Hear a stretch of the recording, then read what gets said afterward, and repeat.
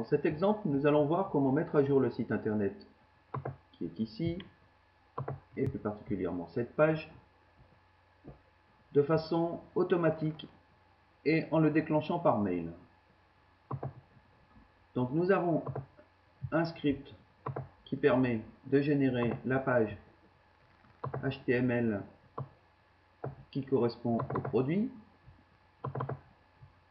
qui prend en entrée le fichier produit.txt qui est ici, et nous voyons que ce produit est en phase avec les données que nous avons pour l'instant sur le site.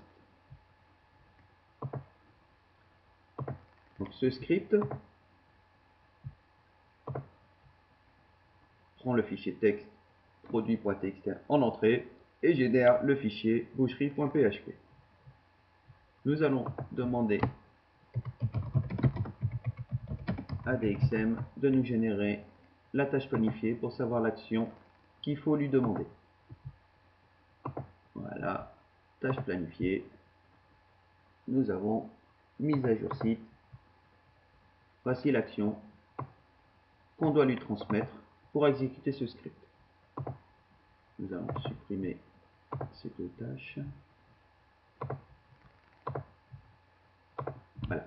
Alors, dans la configuration des mails, nous pouvons aussi demander à DXM de scanner une boîte aux lettres, ici, pour la réception de commandes et d'actions.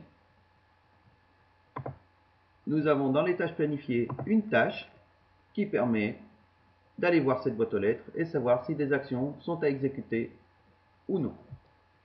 Nous allons démarrer les tâches planifiées. Et comme la tâche est active, normalement, DataXMasters est capable de recevoir des mails et de générer des actions. Donc, nous allons lui envoyer un mail, écrire,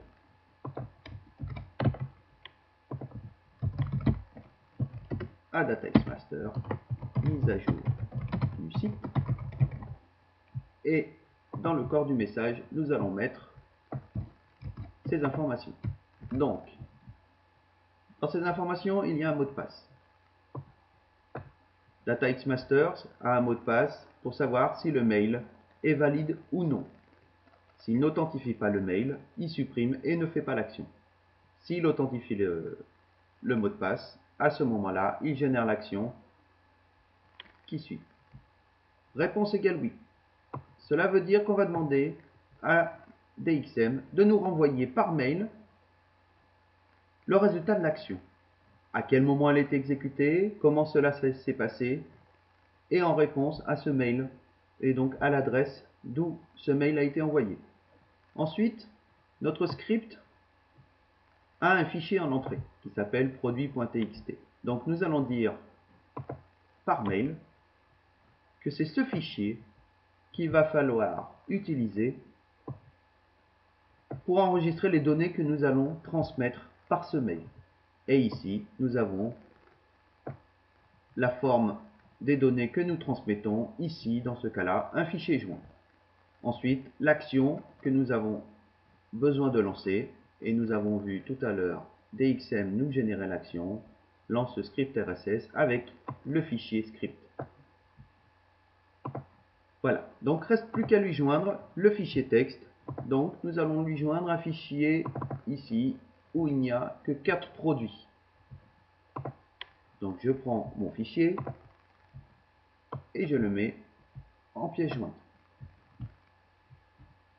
Ce qui va se passer, c'est que DataXmasters va prendre le fichier qui est ici, le reproduire ou l'écrire ici dans la source de données du script, et il lancera ensuite le script et il nous enverra une réponse par mail. Je fais envoyer. Dans le courrier en réception, je devrais normalement recevoir la réponse de DXM. Voilà, mise à jour du site DXM. Donc il a bien exécuté la tâche avec le fichier ini, il l'a exécuté à cette heure-ci, Le temps d'exécution a duré 10 centièmes de seconde et le résultat est OK. Si je vais voir sur mon site que je fais actualiser, il devrait me rester plus que 4 produits. Voilà. Donc, nous allons maintenant remettre tous nos produits. Donc, nous allons faire écrire data xmaster. Nous allons lui renvoyer un message, CTRL-C. Mais en fichier, nous allons lui transmettre celui-ci où tous les produits sont complets. Donc, je reprends mon fichier, je le mets en pièce jointe. Le corps du message ne change pas, c'est juste le fichier en pièce jointe qui change. Donc là, je vais lui mettre mise à jour. Je fais envoyer. Ici, je vais supprimer le message de retour. Je vais attendre le suivant. Voilà. Tout s'est bien passé. Il a mis 22 centièmes de seconde. Et mon site est à jour.